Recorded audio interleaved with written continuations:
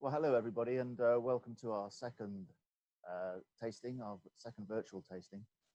I have a very big confession to make in that the first attempt at doing this, the session I think went quite well, but I didn't press the record button.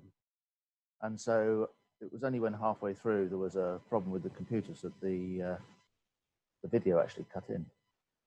And so I'm rerunning this, so you'll notice a little bit of discrepancy in the continuity from the beginning to the end.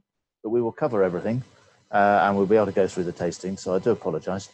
But today the session we're doing is to be tasting a couple of sparkling wines from the higher end of our list. So these are wines that aren't widely available elsewhere. You can buy them in the shop, and in fact until fairly recently we haven't been able to put them online because they're made in such small quantities. We have our Blanc De Noirs Sparkling. We'll taste that one first, and then we'll move on to our Rosé Pinot Noir Sparkling. The Blanc De Noir is a 2013. The Rosé is a 2014. We're then going to taste Siegerrebe, and we'll finish off with talking about our red wines and taste our Ravens Hill. So halfway through, you will suddenly see the sun come out, and I'll be sitting on the other side of the table, and we will have just finished tasting the sparkling rosé. The weather this year has been fantastic. So when we did this on Saturday night, the sun was shining and the background looked very dry. Since then, we've had a little bit of rain. That's probably a very good thing. We're just coming into flowering now, and a little bit of a top up is not a bad thing at all. So I do apologize, as I say, but let's get on and taste a little bit of wine. So Blanc de Noir literally translates as white from black. And so we are using Pinot Noir, which is a red grape with a white juice. And we're pressing it very, very gently. And we whole bunch press it, which is the traditional method. When we're not allowed to mention Champagne.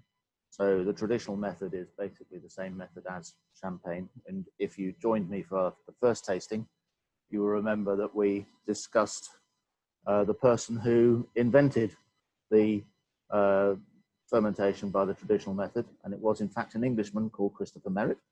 And so we feel that English wine is very well suited for many reasons to sparkling. Cheers.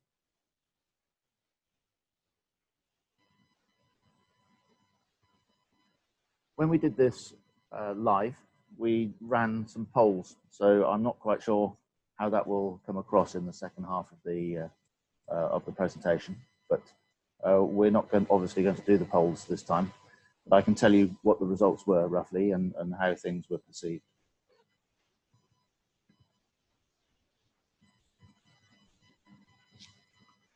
So the first thing you might notice about the sparkling wine, if you compared it with our classic cuvee that we tried last time, is it's got a little bit more color to it. And it's really because it's been on the lees for so long. So this is a 2013 wine that would have gone into bottle in 2014 with some more yeast and a little bit of residual sugar, and it will have gone through a second fermentation in the bottle. And after that, it's just been left to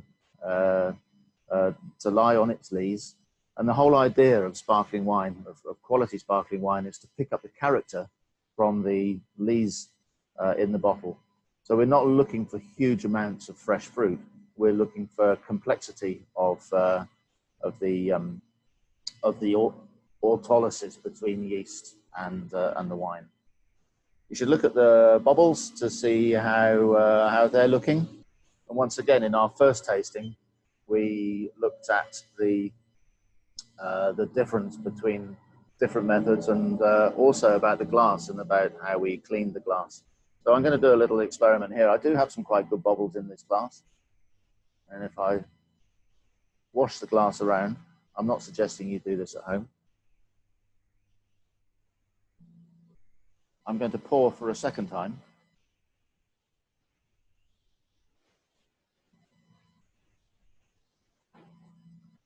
And I now have much better bubbles.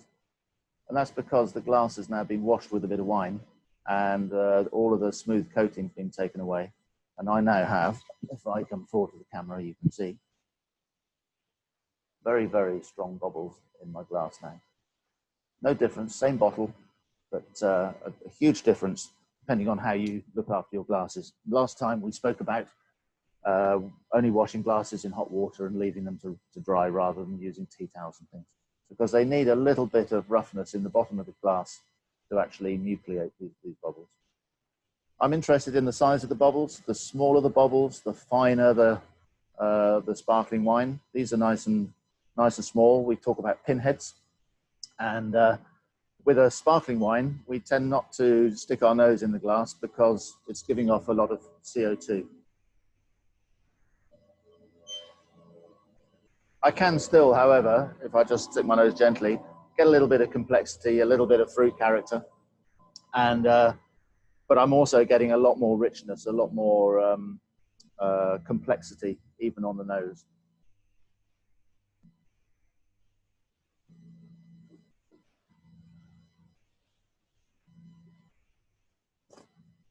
And then on the palate, we're getting a little bit of acidity still, so it's still got freshness, and it's still got an element of fruit.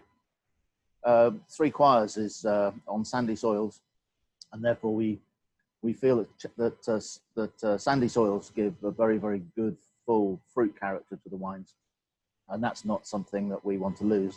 So there's still a good element of fruit here, but you've got that little bit more complexity and richness. So when we tasted this and we did the poll came back very, very favorably on this one, and I think it's drinking really, really well at the moment. So I haven't said it yet, so cheers and thank you for joining us today.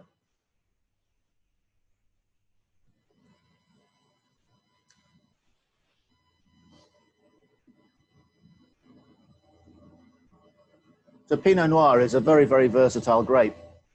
It's grown throughout the world. Because it's a red grape with white juice, it can be used for sparkling wines, still rosés, and also for red wines in good years. And so we tend to try and make the right wine in the right year. The 2014 was a little bit riper for us than 13. So we decided that we would let the grapes get a little bit riper, and we would try to capture a little bit more fruit character and also keep a little bit of the color. So this has been whole bunch pressed.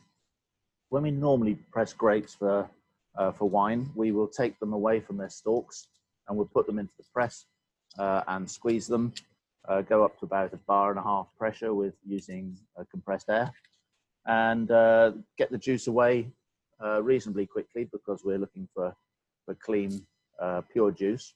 But that's even more so with sparkling wine. We're looking for a very, very clean juice. The quicker you can get the juice away from the grape and with minimum amount of skin contact, the better, because we're looking for very pure juice.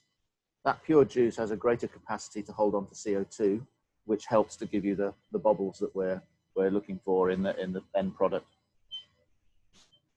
So I'm sure I'm moving a little bit fast for you. I'm moving faster than we did in the live session, but you can press your pause button if you want to sit back and enjoy the Blanc De Noirs. I'm going to move on and pop the cork on this one. Bubbles are coming out, which is good.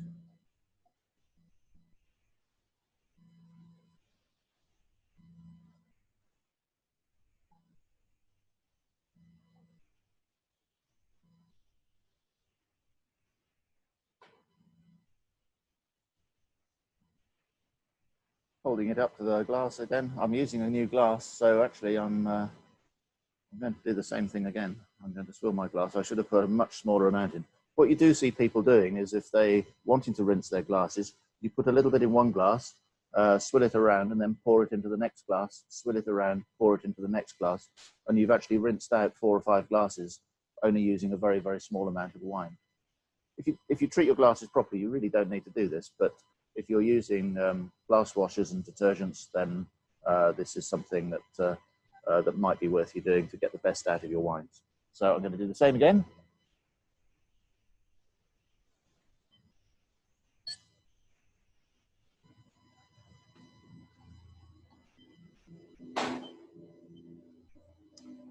There we go, much better bubbles again. And I'm looking at the color, very delicate color. I get the chance to adjust the color at something called dosage stage.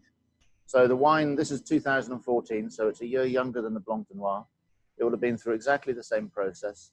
It will have been on its lees for 4 or 5 years. And then when it's been disgorged, that's when the bottle gets turned upright, or upside down rather. The machine freezes the neck and pops the crown cap off. The ice cap comes out with all of the yeast in it. And we can then put in a little bit of dosage. So with a rosé, we would quite commonly use some very light red wine to put in the dosage to help get a little bit of the color back into the wine, because it can leach out a little bit with the yeast. So, I was saying about Pinot Noir being a very versatile grape. This is why people have become obsessed with it, not only in the vineyards, but actually during tastings and things. It's got really good, clean strawberry character when it's fully ripe. But obviously for sparkling wines, we're picking it slightly earlier. So there's still some good acidity here, but it does have that very slight hint of strawberries. And the very fine bubbles actually helps create a little bit of creaminess as well. So you're getting very slight strawberries and cream with this.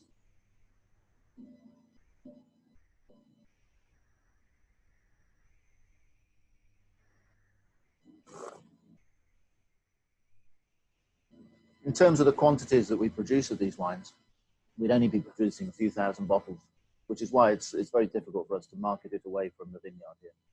So it's traditionally been available only in the shop. But now that our mail order and website is becoming more established, we're able to make these wines available through through that channel as well. We obviously started doing these virtual tastings because the lockdown and everybody being at home and not being able to come and see us. The good news is that our shop has opened up again this week. That's on the 1st of June. So we're able to welcome visitors, and obviously we've got lots and lots of space here, so social distancing really isn't too much of a problem for us. So that's happening this week.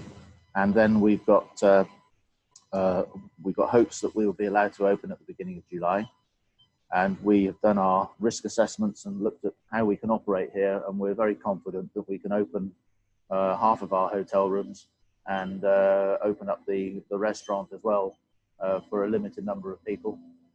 And so we very much hope that we'll start to see many of you and a lot of other people coming here from July onwards. I'm sure, though, that this lockdown has changed people's habits, and we've certainly seen a big increase in the number of people that are buying from us directly online. And so this is why we started thinking about doing these virtual tastings. And we will hopefully keep doing a few. The idea for the next one is possibly to do a comparison of vintages. So I've got a few wines that I've kept back the old vintage, and the new vintage has just come out. So we could look at how they're different, what happens with a wine when it ages, and also what differences we get through the difference in climate and growing conditions to a particular year. And it's quite interesting because 2017, 2018, and 2019 are 3 quite different years, really. And so to be able to compare vintages is very easy in the glass. Anyway, back to this. I think that it's tasting as I had intended. I think possibly I would maybe put if I had my chance again, and winemakers are notoriously unhappy with everything they produce. We always wanting perfection, but never feel that we quite get there. I think that I might possibly put an extra gram of residual sugar in it. I think people expect a rosé to have a little bit more sweetness to it. But we're in this strange transition with rosés at the moment. People are wanting wines to be drier and drier in the rosé sector, or they talk about it, but actually, because we tend to chill our wines down fairly vigorously in the summer, that you need a little bit of residual sugar just to help to bring that fruit character out. I'm very pleased with it, and I think it's at this stage that my computer crashed first time round, and then when the computer rebooted, it rebooted with the video on, and so the second half is as original. So you will see I haven't got my coat on. The sun is in a completely different direction. The lawnmower is not going in the background, but we're still tasting the wines. So we'll catch up in a second last week. Thanks. You were just voting on which, or you were giving a mark out of 10 for the first wine. So I don't know if everybody did that and whether that's all done. The recording is going to look a bit odd. Okay.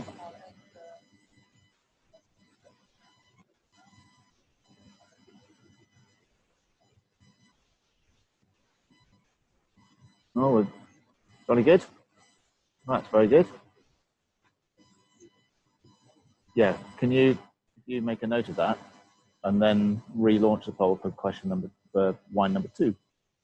Relaunch the same poll.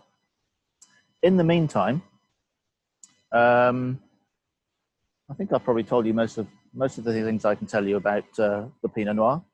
It's quite a difficult grape to grow. It doesn't give you particularly big yields, so we can't afford to plant the whole vineyard up with it. It's very versatile though.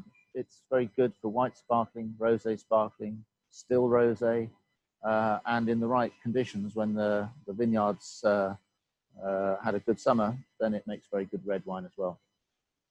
And in fact, that's something we're thinking of doing as our next tasting, next themed tasting. We were thinking of doing a comparison between vintages. I've kept some wines back from 2017 and 2018, and we can compare those with some new wines that we've just bottled. So I thought you might find that interesting. So we might plan that one in for a future tasting. Okay, so the poll's gone out again, so you can now mark your second wine. So really what you're looking for is, did you prefer the first one or the second one? Did you, can you remember? Hopefully you've got a little bit left in the bottle, so you can always go back and start again.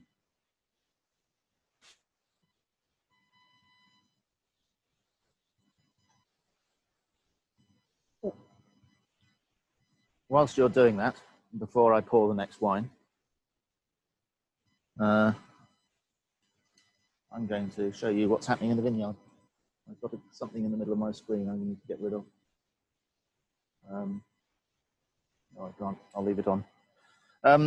So out in the vineyard, since you last joined us, all of this growth has happened. I didn't actually pick this. I found this on the floor, I promise. So I thought, oh, that's good. I can show you all. So this is this year's growth on the vine. So there's quite a lot of it. You can see there's probably a meter plus. And that most of that growth is since we did our first tasting at the beginning of May. But on each of these shoots, there are some buds. You can see the buds here on this one. Yeah, there you go. Looks like a little grape, doesn't it? But actually, that's just a bud. That's not a grape yet. So you can see that that's going to be a grape. There you go. Sorry, is it not focused? There you go. Keep going. Oh, there you go. Not that exciting. There we go. So that's what it's looking like out in the vineyard. Ah, I've got another piece on the floor here. Oh. Sorry, this is quickly becoming very unprofessional. This is actually on the wall of our winery, and this is the next stage. This is flowering, and you can see the little white specks on it now. Those are the stamen, which are actually sticking out now. So flowering is going on. Flowering in the vineyard is through wind pollination, so no insects needed. That's why there's no bright colours. And so hopefully in the next week or two, the vineyard will follow on and this will be happening. We're about 2 weeks ahead of where we normally are. So very, very early season. And that's really good news because that means that we're likely to get a longer season so we get good ripeness. So we're now in the hands of the volume through the quality of the flowering. Everything's looking very healthy. And so we're hoping that this is going to be an excellent vintage. So there you are, there's the vineyard bit. Second wine's in, so Elaine will make a note of those and we'll see, we'll try and see what which wine did the best at the end. So, still wine. Siegerrebe. We thought this would be an interesting one to try. It's always been widely available. Three Choirs are one of the largest plantings of Siegerrebe. It's not a particularly common wine. It's grown in Germany, as the name might suggest. It's actually a cross between Madeleine Angevine, which is a variety that's sort of known most in this country as well, and Gewürztraminer. Now, Gewürztraminer is associated with Alsace. Very, very ripe, aromatic, lychee character. So one of the reasons I think that it's not widely planted is because it's probably not that fashionable as a style. Everybody's wanting slightly crisper, fresher, sort of Sauvignon Blanc style of wines in the commercial sector. So this is a little bit more specialist. It's wonderful for England because it's got a very, very, very short growing season. The time between flowering and veraison is when we get to the end of August when the grapes stop growing and they start their ripening process. For Siegerrebe, it's about 65 days. We compare that with the standard, which is Chardonnay, that's 90 days. So you can see that it needs a very short growing season. It doesn't start early, so we miss the spring frost. There's been a lot of frost around and since we started this season. A couple of weeks ago, we had a couple of very low temperatures. We're very lucky here. We've missed the frost, but I know of a lot of vineyards that have been caught. So Siegerrebe, not that susceptible to frost. Doesn't yield particularly highly, but it gives us a very, very early ripening. And in 2018, we started harvesting in August for the first time ever. But normally we're picking Siegerrebe in the first week or two of September. So we can talk about it a little bit more, but I'll pour it first. I'm sure you already have.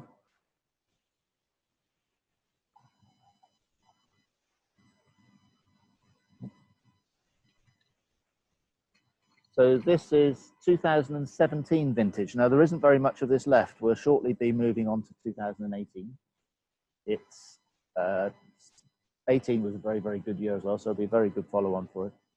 But you can see it's got quite nice, reasonable color. When I pour it, I get there's a few little bubbles in it. And that's partly because of our winemaking technique, where we tend to keep the wines very cold, and we actually bottle them quite cool as well. So they've got a little bit of pétillance in them. And I think it helps to give a little bit of freshness. We spoke last time, for those of you that joined us for the first session, we spoke about wines and the tasting of wines and the way you taste different parts of it. We talk about sugars and acids primarily. You taste sugar at the front of the mouth, on the tongue. Right at the front of the mouth, on the lips and things, you taste tannin. Tannin is the same as if you were to drink black tea. So that's more associated with red wines. But with all wines, sweetness on the tongue, and then the acidity a little bit further back at the back of the mouth. Siegerrebe has got very, very low acidity. So if you compare it, think back to the sparkling wines, which have got much higher acidities. This is very soft, and but it's still got good balance. It's a reasonably dry wine. It's got a little bit of sweetness to it to help bring that fruit character out. But it is lychee and a little bit of grapefruit there, possibly. And it's one of those wines that we find is very popular here, but actually, as an international, on the international stage, it's probably slightly less popular at the moment. Cheers again. With a still wine, you really can swill it around the glass and and stick your nose in and really get those aromatic characters coming through.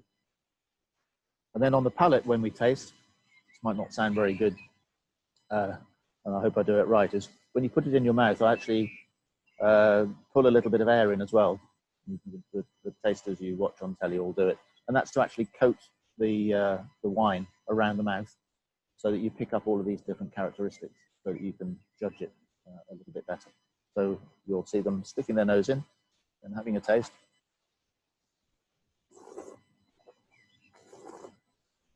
And then probably spitting it out, but I'm not going to do that. So I think Elaine could probably put another poll up and see what you think of this one.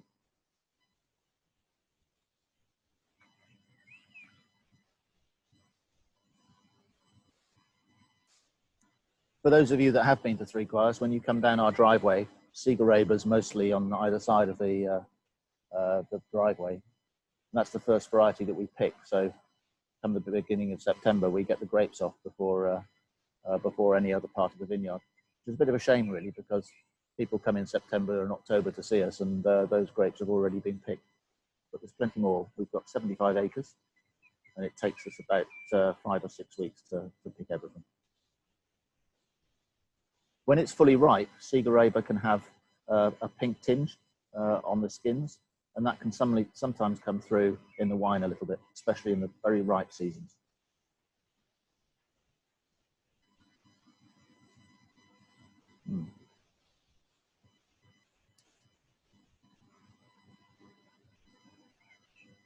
I've always called this a Marmite wine. People either really like it or they struggle with it a bit. I like it.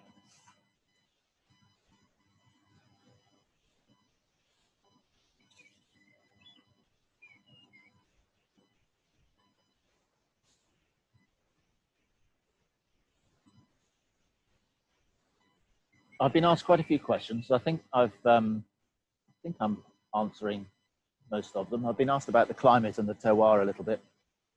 Three Choirs is on very sandy soils, a proven fruit growing area, protected by the Welsh Mountains and the Cotswold Hills and the Malvern Hills. So we have a very good horseshoe effect and very sheltered. So the combination of the terroir and the climate gives us a fairly unique site here. And that was proved a few weeks ago when we missed the frosts and quite a few people got frosted. So it is a good site. The sandy soils really do promote fruit character, and so most of our wines are very fruit driven, and that's really our style, and we want to maximize that when we're making the wines. So in the winery, we've got a lot of temperature control to try and keep everything as cool as possible, so that all of the delicate fruit characters that we've got in the grape stay there and stay in the tanks until we bottle it. Another question I've been asked was about whether we keep wines back. I was asked by somebody called Mike, who asked me about why these wines haven't been available on the internet. I think I've probably answered that one, and from now on they will be. We do keep some wines back and have a few specials around from time to time. If they're in very, very small quantity, we might only sell them through our restaurant. If there's a little bit more, we might sell it through the shop and the restaurant as well. And then if we can get enough of it, then it will become available online. And then when we move into the bigger volume wines, the Rosé, the Coleridge Hill, and the Ravens Hill that we're going to try in a minute, we name these, we give them names rather than varieties, because that means the varieties tend not to mean a lot to a lot of people. So it makes it a little bit more approachable. And they're the wines that tend to go out into the wider trade and get sold nationally in different areas. And do we keep wines in bulk from year to year? Yes, we do keep a little bit. I'll probably keep 10 or 20, 10% of the wines from one vintage to either use to help the next vintage or to bottle up at a later date. The legislation is such that you can put a vintage on a wine as long as it's 85% of that wine. Same with variety. So this Siegerrebe legally would have to be 85% 2017 wine, and it would have to be 85% of Siegerrebe. So I could have other things in it And that's generally the rule around the world. There are some exceptions. Argentina's 100%, for example, but who knows why. This is 100% Siegerrebe, and it is 100% 2017. Our single varieties do tend to be very pure in that respect. But with our with some of our other wines, in order to get that level of consistency, it's actually quite good to be able to use a little bit from 1 year to help sort of either give it a little bit more age because it's very young, or to actually give it a little bit more complexity. So keeping a little bit of wine back in tank is very useful. Oh yeah, jolly good. Thank you. So the results are in for the Siegerrebe. We also use Siegerrebe in our late harvest wine, and we make a late harvest every year, which goes into a half bottle, and that's quite sweet, but it's not sticky. It's a very clean sweet wine. And then probably 2 years in 10, we'll also do a noble harvest, which is when the grapes get infected with botrytis, and which is exactly the same as the mold you get in your fruit bowl.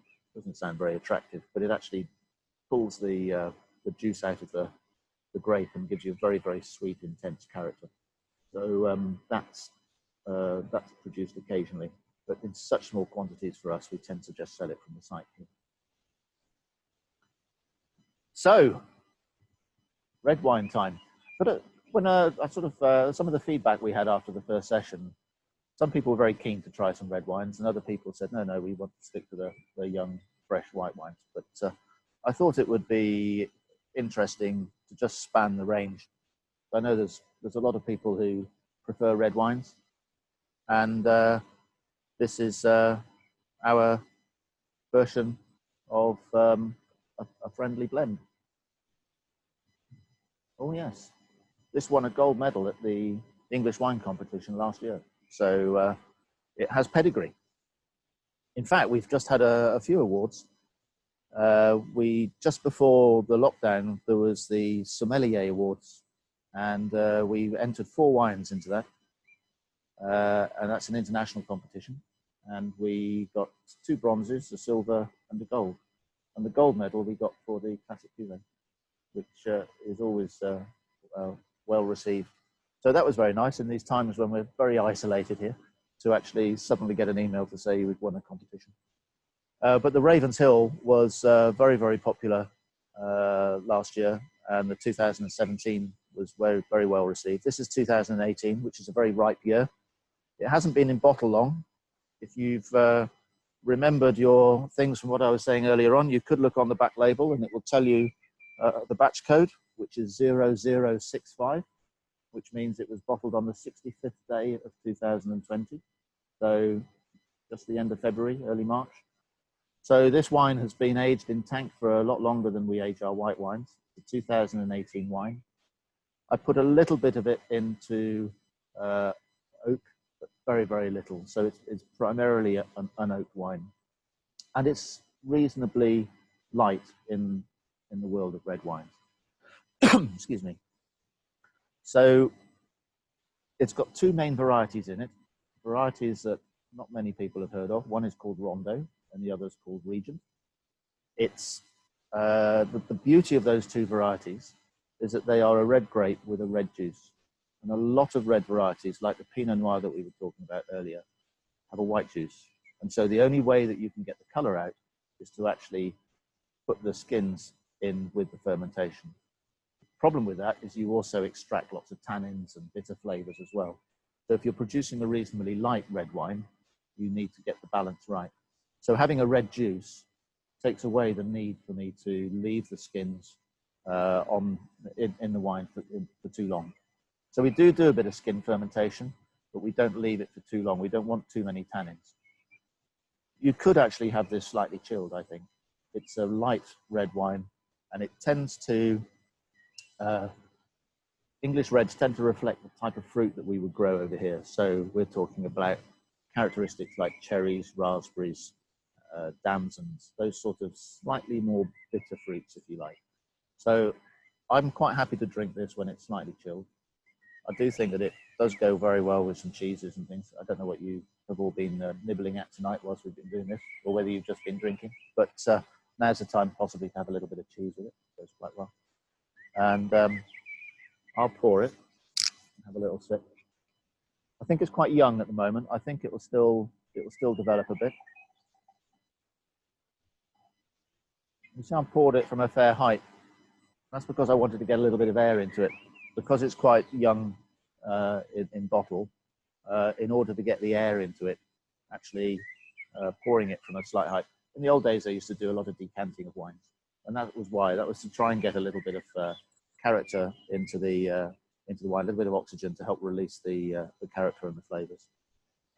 So you haven't got a white carpet. You can swill it around the glass as well, and then have a little smell of it. So there you start to get those slightly more fresh, bitter raspberry characters coming through. People tend to think of bitter. I always sort of regret saying bitter because I think people think of it as a negative term. But actually, if it's balanced, it works, and that's how we feel this works.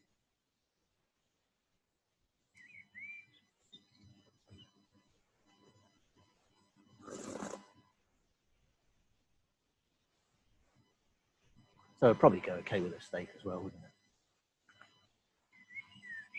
Are you are we polling that one? You are? All right. Well, better poll it, I suppose.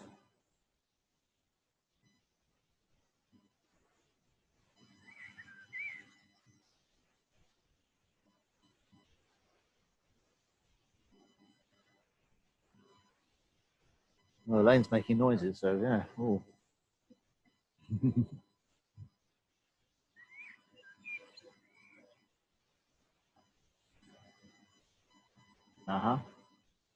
This is always a very difficult thing. When we produce things that are slightly out of the norm, I far prefer people to be able to taste it before they buy it. So most of these small volume wines and the reds, we've traditionally sold from the shop here. So people get the chance to try it before they buy it, because it is a slightly different style. Rather than trying to copy what other people do, we try and produce what we think is the right wine for the style in the vineyard. So there we have the 4 wines. So we have, if you were being judges tonight,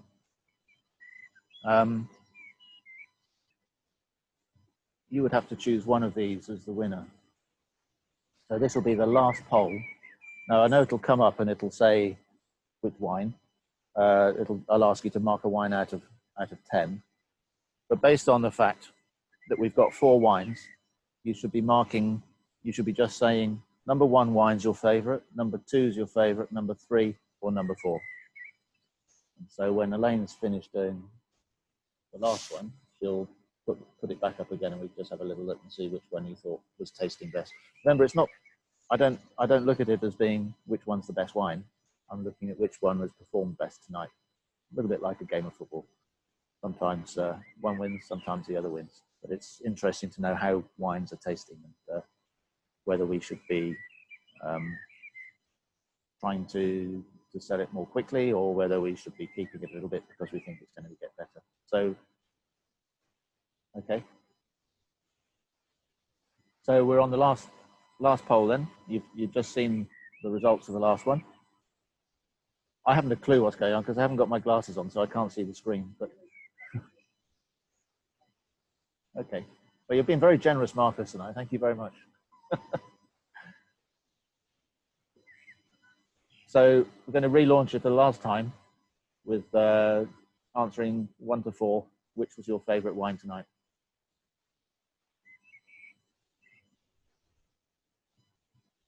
The birds are still noisy. There we go.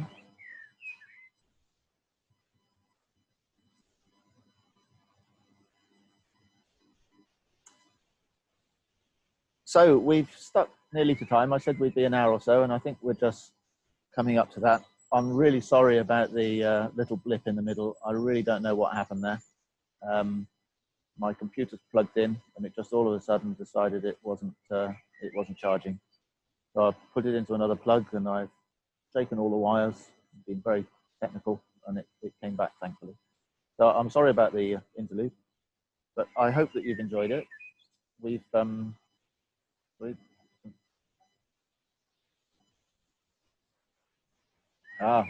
people have voted. Some people have been drinking quite well, I think, because they prefer wine number 6. So it's wines 1, 2, 3, or 4. 1 is the Blanc De Noir, 2 is the Sparkling Rosé, 3 is the Siegerrebe, and 4 is the Ravens Hill. And very interesting that it looks to me like, oh, I shouldn't say, should I, till you finish voting? Okay. Yes. It's fine. I think Siegerrebe's got it. Wow. Closely followed by the Blanc De Noir. Followed by the Ravens Hill. And in last place, the Rosé. So there we are. Well, that's interesting. I don't know, when I wonder, it'd be interesting to know. No, it wouldn't. Well, it would be interesting to know, but I'm not going to ask you. It's, as I said, it's a very immediate sort of response. So, as I said, we could do this again next week, and we might get a different result. But I think the general marks have been very high, so thank you very much for that. There are lots and lots of other wines that we can put on to do a tasting with. As I said, I think next time we might try and do a comparative tasting. I've kept some Coleridge Hill 17 back to actually put in a case with some 19, so that you can taste the difference between those two vintages. We've just run out of the 2017 Coleridge Hill, and we're moving on to the 2019 this week. So some people who are ordering cases of wine now are getting the 19 already. I've also kept back a little bit of this 2017 Siegerrebe, so we could do a comparative tasting with the 2018, which is going to be launched next week. And as a third one, I thought it might be quite interesting to try the difference between our Pinot Noir Red 2017 and our Pinot Noir Red 2018, which hasn't been launched yet, but because of the summer was really quite good. So I've got high hopes for that. So we might, if that's of interest, please let us know, and we'll try and put another tasting together. I think we're done. I was going to say it went a bit more smoothly this time, and we had slightly less interruption, less videos coming up and around, but we did have that little blip, which I do apologize for. And thank you very much for joining us. I'm sure you're all hungry now, want to go and have your dinner and eat. If there's anything you want to know that we haven't covered, then please feel free to email us, let us know. Any feedback or comments on tonight would be greatly appreciated as well, to help us try and do it better in future. So thank you very much. Cheers, and we'll see you next time. And hopefully might see you here soon. Shop open on Monday, and hotel rooms and things in the restaurant hopefully in July. So thanks very much, everybody. Have a nice evening. Goodbye.